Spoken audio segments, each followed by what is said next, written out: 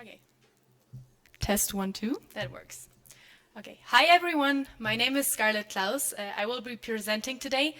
As you can probably tell, I'm not Mr. Ingo Wolf, who was originally the guy who would do this speech. He had a sudden death in his family, so he can't attend today. And I will be the substitute. I will be filling in. He's a physicist, so the original speech was way more physics related. But regarding it's quite late in the day, it's probably even better if we don't do that and leave these parts out. I'm going to be talking about osmium in the tangible asset investment market and osmium as a jewelry material. Okay. So I can't walk away from here because of the mic. Okay, good, got it. Okay, so we will be talking about osmium, the sunshine element, and the rarest and, in our eyes, most beautiful precious metal, and what there is interesting to learn about it. So osmium is the last precious metal to enter the market and an interesting diversification for everyone's portfolio. And in this presentation, I will cover 3 basic points. What is osmium? Why is osmium interesting, or why should it interest us? And also the Osmium Institute Germany and the Osmium Institutes worldwide. I myself am from the Osmium Institute Germany. I'm the vice director. I've been working with them for 7 years. And I will jump right into our first topic. There we go. So this is osmium in its crystallized form. Crystallized osmium is different to the osmium that you guys might have already heard of. When we're talking about osmium, we're always talking about this crystallized version that you can see here. So it is important to know it's a metal, yes, its atomic number is 76. However, this material is the crystallized version that is used as tangible asset and jewelry material, not the raw material, which we will look upon later. And there's a few very interesting facts about osmium. The first one probably is its density, because it is the densest element of all the materials on the periodic table. We have 22.61 grams per cubic centimeter. For the ones who don't really know what this means, don't worry. I make some examples. Lead, which is always used to make things heavier and more bulky, has 11.34 grams per cubic centimeter, so only half of it. And as most people also don't really know how heavy lead is, I am using an example that most of us have already held in their hands. This is a bowling ball, and a normal bowling ball has a density of 1.33 grams per cubic centimeter. Meaning, if we were to make a bowling ball out of osmium, it would not only weigh 122.5 kilograms, making it kind of hard to throw, but in its crystallized form, it would also be worth over 220 million euros. So we're talking expensive material, and we're talking a very high density, but also a very high value density. So what makes osmium interesting? Well, there's a few facts. It has a couple of chemical and physical superlatives that are just interesting for the raw material that I'll run over real quick.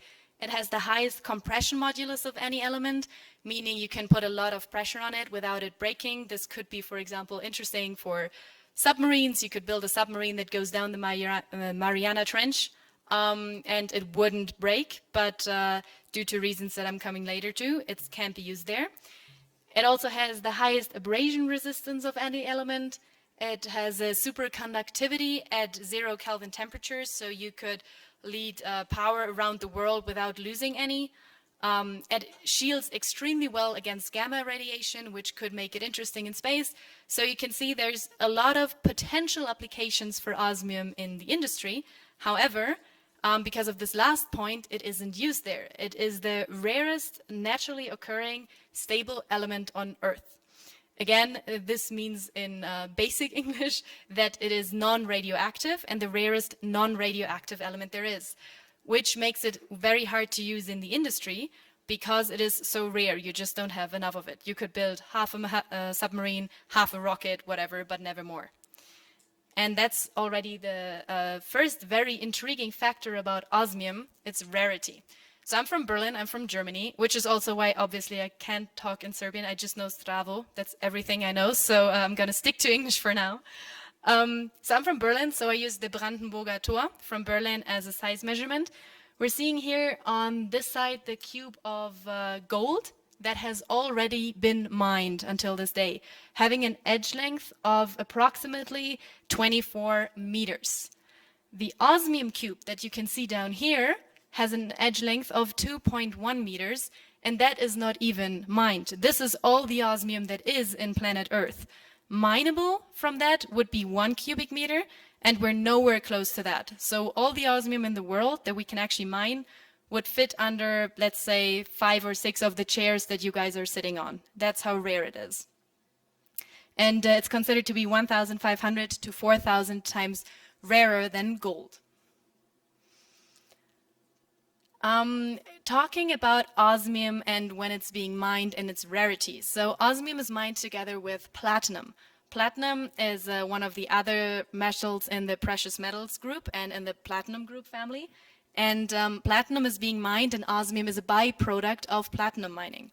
You can never mine for osmium just by itself. It's way too rare for that. So you always do it as a byproduct or as a leftover from other minings, mainly platinum, but also, for example, nickel and a couple of other materials. The good thing is, there's no holes being dug for osmium in the earth because it's being dug for platinum anyways and osmium comes out of it. And in addition to that, prior to this crystallization and giving osmium a worth in a market, which the Osmium Institutes were doing, the osmium was taken out of the platinum as an impurity and just evaporated into the air. It's a toxic substance, so that was very hazardous to the environment. Now the osmium is being caught and is actually being reduced to the crystalline metal form so that this is not going into the air anymore. So basically, it's even making the process cleaner. But coming back to the rarity, what we're seeing here is platinum mining, and in 10,000 tons of platinum ore, you will find 30 grams of osmium. To give a little bit better picture of that, if you have 250 trucks that are to the brink full with platinum ore, you'll find a sugar cube of osmium in all of them.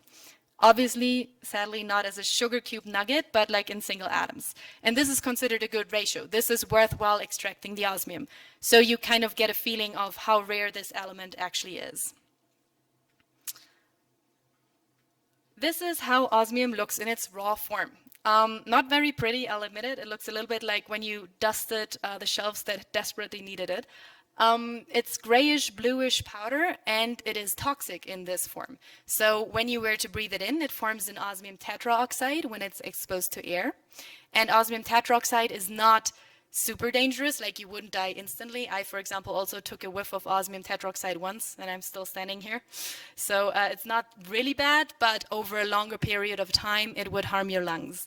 So you can imagine it's not very pretty, and it is toxic, and there's not a lot of it. So why are we talking about it, and has there been any use to it, or will there be? The first company using osmium was Osram. Most of you will know it as the light bulb company. In the very first light bulbs, they used osmium and wolfram, which is the German word for tungsten, in the filaments of light bulbs. So that was the first usage, but you always have something which is just as good or even better, where you don't need osmium. So I told you it's not pretty, it's toxic, it's rare, we can't use it for industry. Why am I standing here talking about it? Well, there is also this form of osmium, and that's the crystallized shape of osmium. And the crystallization is only possible since 2014, so it's a very young market. It took over 40 years to develop, and this is the developed crystallization form. And in 2017, the German Osmium Institute was founded. That's the company that I'm working for. And that is the company that is internationally introducing it to the markets and certifying the pieces. So basically, the osmium tangible asset investment market is only a couple of years old, and the jewelry and luxury market is even younger. I'll get to that later. So this is the form of osmium that we'll be talking from now on, looking like this. There we go. It's a little delayed.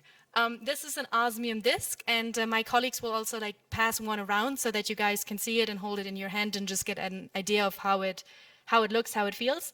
So this is the crystalline version that is used as a tangible asset, and where sales have skyrocketed in Europe for over 500 times already. And now the question is, okay, why are we talking about crystallized osmium? What is different now? So there's three things that are very important when it comes to crystallization. The first one is it's now very, very pure. We're having a 5 nines purity proven, and even 9 to 11 nines are estimated. Nines meaning 99.99999999 and so on. This is extraordinarily high. That's purer than everything else in the precious metals market. That's the first interesting part, and this is only achieved during crystallization because atom per atom the crystallization process is happening. The second point is the safety. I told you the raw form is toxic and it's hazardous to health, so obviously you can't use it. In the crystallized form, you probably already guessed it, we're wearing it as jewelry, we're passing it around, it's very safe to handle, there's no problems whatsoever with it anymore, and you can handle it and uniformly trade it now. And the third part is the most intriguing one, and that's why I'm going to go a little bit more into detail, because this is crystallized osmium when you let it grow rough in a laboratory. So when you create so-called 3D crystals like this, there's a couple of companies in the world which can do that. And then you have a very beautiful, very heavy, very expensive rock, but it doesn't do anything good. The difference is, and this is only one company in Switzerland, this version of crystalline osmium, which is flat structured and can be used as jewelry, tangible asset, in clocks, in watches, or also just as a substrate to make surfaces more expensive. And this crystalline version in the thin wafer form is very unique in every single piece. This is enlarged the crystal structure of one piece of osmium. And as you can probably tell, you see all the different angles of the crystals working together, forming a very unique surface. So every single piece, even the smallest ones that you can see in the jewelry that my colleagues are wearing, or the ones that I have going down to 3 millimeter, every single piece of crystallized osmium was scanned, identified, entered into a database, and is scanned there together with its height profile, with a 2D scan, with a 3D scan, with measurements. Making, and this is the last point that I was mentioning earlier, osmium the only unforgeable material there is, or the only unforgeable metal. Gold, for example, you can forge when you use tungsten in the core. It has a very similar density. You just coat it with some gold. If you go over a centimeter thick, then no X-ray will be able to penetrate it. So the X-ray will always say gold, even though it has a core of tungsten. With osmium, you can't do that because it has the highest density of all the elements. But in addition to that, you do have this crystal structure, and every single piece can be identified. And through this, the question arose, is it possible to have every single piece of the standardized form of a metal in circulation worldwide to be scanned, identified, and archived in one centralized database? And the answer is yes. That is the Osmium World Database that has been set up in 2017 by the German Osmium Institute. Every piece, even these small ones that are used for jewelry production, are entered into the database. We're scanning them with high-resolution microscopes, Keown's microscopes. In the middle, under the microscope, I'm not sure what that's in English, like a gecko, I guess? The gecko is lying, so you can tell it's very, very small, and we can enlarge that to extremely large nano images. And every single piece gets a height profile and is saved with these scans in the database and is issued a code, and so-called OIC, Osmium Identification Code. In this case here, we have a disk, because it starts with a K. And then there's an alphanumeric code following, which is identifying this exact single one piece, making sure that we can link one code and the database entry to exactly one piece. And this has been set up with custom authorities around the world, the Osmium Institute database. So, like I can't click the link now, I think, but I can show it later. The U.S. Custom and Border Protection rulings have been worked with it. We have the custom rulings for Australia, for the Arab Emirates, for the EU, obviously.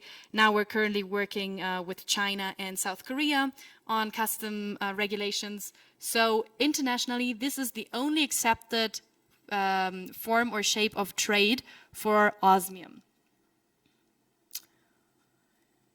So just a brief recap, so to let the most important things sink in. We're talking about the densest material, which is the rarest naturally occurring element on Earth.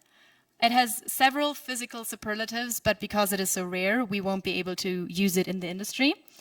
It is very expensive to extract and refine from platinum ore and needs to be purified to reach the quality that we need. And this happens in the crystallization process, and afterwards it's rendered such that it's pure, safe, and unfalsifiable, and is now newly entering the international markets. So it's basically still a market in its baby shoes. Quick recap of physics and chemics school, if you guys remember. I don't. So we have 8 precious metals. There's gold and silver, which everyone knows. Palladium and platinum, most people will still know. And then there's rhodium, iridium, ruthenium, and osmium, going from right to left. And osmium is the last one now to enter the international markets. If you are familiar with tangible asset investment, you will know that all the precious metals, when they have entered the market, have seen a significant increase in price at some point, showing here, for example, the platinum price or the rhodium price, which all have spiked at some point, and different to osmium, they are not as rare and they are falsifiable. So osmium has definitely the upper hand in that regard, and we still saw these price increases. So hopefully something similar can be expected for osmium. And it already has developed in the right direction, but to the price I'll get in a bit.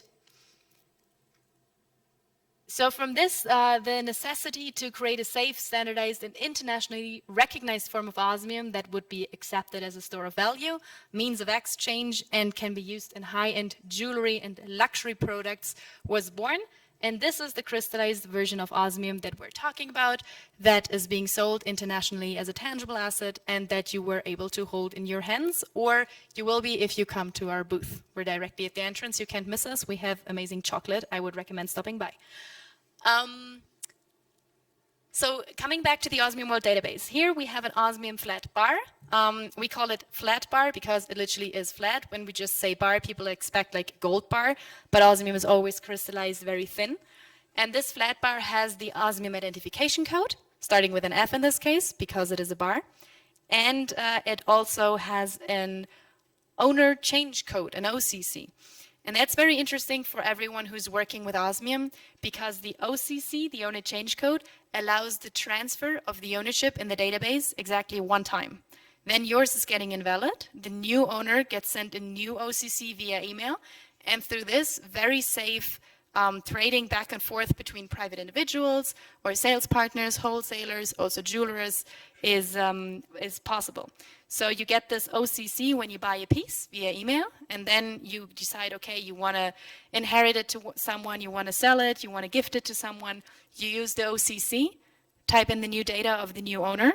The new owner gets sent an OCC, yours gets invalid, and the ownership has been successfully transferred. So this can be done even without an Osmium Institute, but obviously if there's questions, we're always happy to help. So as you probably guessed it, Germany, Austria, and Switzerland have been the first markets to pick up the DACH region and are still the most successful ones, although we're now exporting and growing into 40 countries, in 30 of which we have Osmium Institutes that are already founded or under foundation, partner institutes. So it's definitely outgrowing the European Union, which can also be seen now that we're here. And the crystallization happens in Switzerland. In the Osmium Institute Germany, we do the certification and market introduction. And in Austria, there's the Osmium World Council. So those 3 make up the main countries that have started with Osmium. But as I said, we have Osmium Institutes now in France. We have a partner now in Serbia. I will be flying to Brazil in a few days. Then it's going further to the US. We're just founding in South Korea. So it's getting very, very international.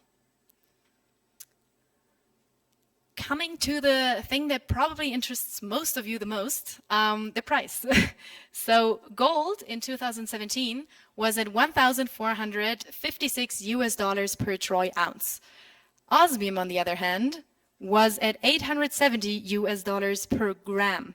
Careful, gram and troy ounce is a difference 30-fold. So 1 troy ounce is about 31 grams. Which osmium is calculated in gram, which is why I used the gram version here. But to go to troy ounce, if you compare it directly, A troy ounce of osmium in 2017 was at 27,060 US dollars.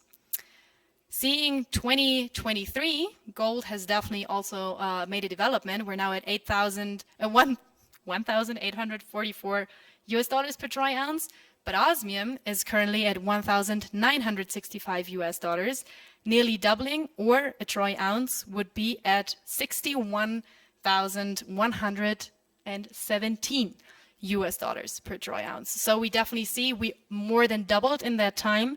The people who went in even earlier than that definitely made a nice win out of it. And we're expecting that the prices will still rise due to reasons that I will say later.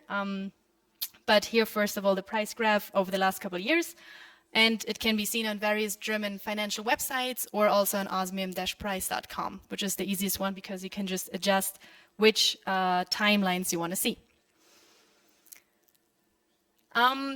I earlier said, or just a few seconds ago, that we are expecting the price to rise. No one obviously can give promises in no business, and especially not in a very young one like this one. But there's two scenarios that will hopefully trigger a significant price increase. They're both very American wording, so I apologize in advance. It's the osmium Big Bang and the osmium thin out. Both are scenarios that might happen in the future, and I'll explain briefly what they mean. So the osmium Big Bang means that there will be less and less osmium available for retail sale, and the osmium is only available through the people who invested in an early stage. Meaning you have the osmium that has been crystallized, and after a while there won't be coming any new raw osmium because it is so rare or because platinum mining is decreasing, so there could be a lot of reasons for that. And then if there's no osmium coming anymore, we actually have a non-existing new source. So the only way to get it is to buy it back from earlier private individuals who invested into it, which could be interesting. And experts expect a strong change in prices there. No one can tell how much. Could be tenfold, could be more, could be less. But it would be the first time that there's an unavailability for an element. The second one is the osmium thin out, because we have now a growing luxury and jewelry market that's working with osmium. So we even have that tiny amount of osmium that's crystallized.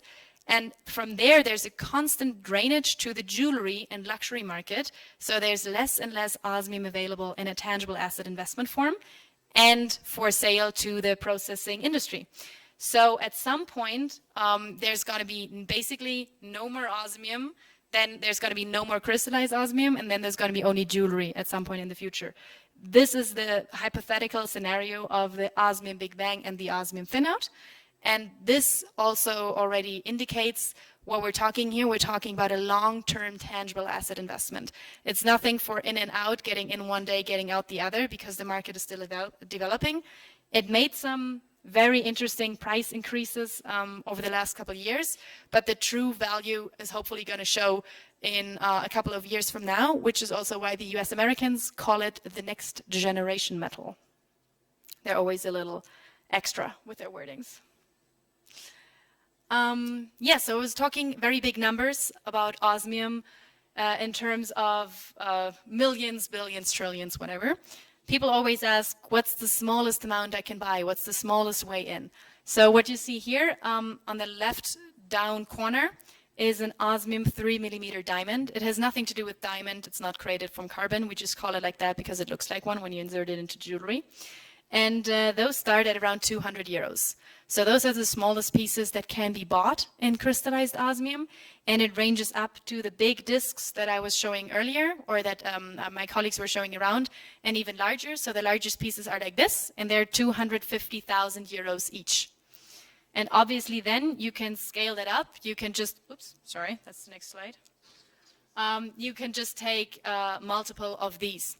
And so we're having everything from the little private investor who says every now and then I have 200 euros that I want to invest and diversify my precious metals portfolio with, up to we have institutional investors, family offices that we're working with, and now we're even talking to the first couple states about osmium states reserves because it can't be forged. It's very interesting, and it has the very high value density. So who knows, probably Serbia one day too. And now I will come to my last part, which is my favorite part. It's osmium jewelry. I'm the vice director of the Osmium Institute, have been now for 4 years in that position. And start of 2020, I founded, parallel to my work at the Osmium Institute, my own company, which is the Oslery GmbH. And it was the first international company to work with osmium jewelry. This is how we started, single luxury products that we crafted. Here's just a few more examples that have been made in the very first period. You can see it's ranging from colliers over rings, over tie clips. Also, a lot of men actually like it because it's not a gemstone, but a metal, so men still feel manly wearing it. And so it's used by both. We have a lot of wedding rings, engagement rings requests, especially now where the diamond prices are kind of shaky because man-made diamonds are entering the market.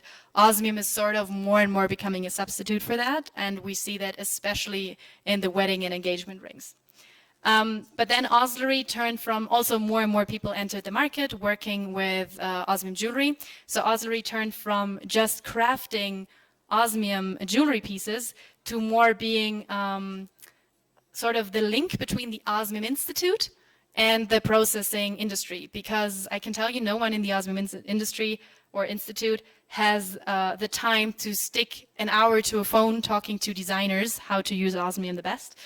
So there was another company, or like there was a void that needed to be filled, and this is now what Oslery is doing. And I have this little movie that I think you guys back there need to play just to show real quick what we're doing. It's 90 seconds long, so it shouldn't take too long. This was at a jewelry exhibition just a few days ago in Munich.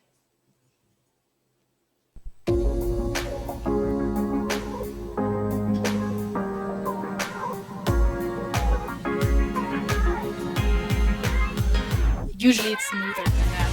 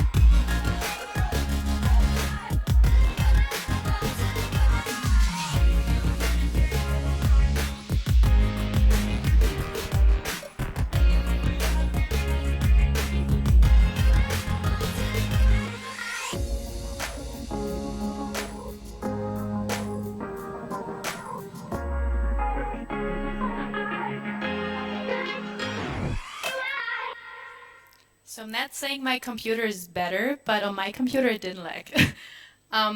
Anyway, so this is just a short example of how osmium jewelry can look like. Yeah, and we already saw it in the video a little bit, but I'm sure there's a few watch fans underneath our viewers today. There's already been a couple of really big brands who work with osmium. First of all, Ulysse Nardin. Everyone who knows watches knows Ulysse Nardin.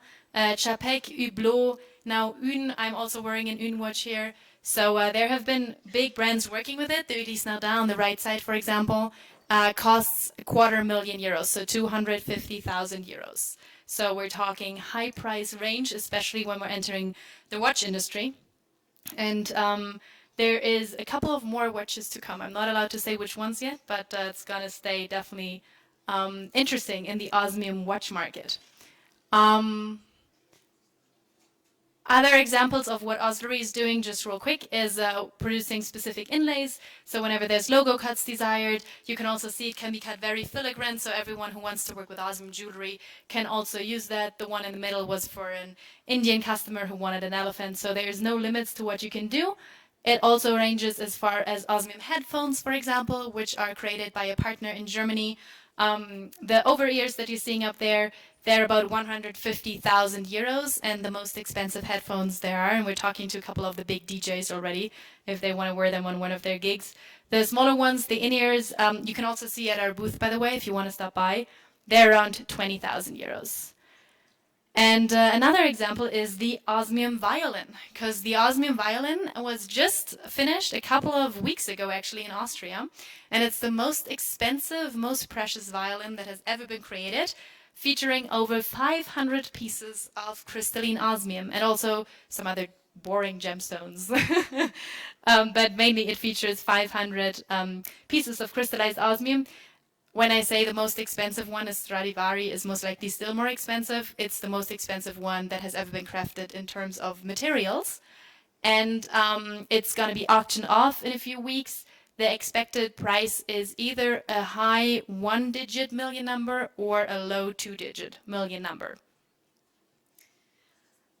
So coming to an end here, basically Osmium investments range from very small pieces, from people who just say, I want to diversify my precious metals portfolio or my tangible asset portfolio for a couple €100, up to bigger pieces, which then are, for example, this lady here is holding, it's probably around €40,000, and it goes up to €250,000 in one piece. And obviously that can be stacked as many times as need be. So there is no limit, basically, to the upscale. And this is the Osmium Institute Germany. As you can see, we're a very young, innovative team. And we are 16 people in Germany, now having over 1,000 partners worldwide who we're working with internationally.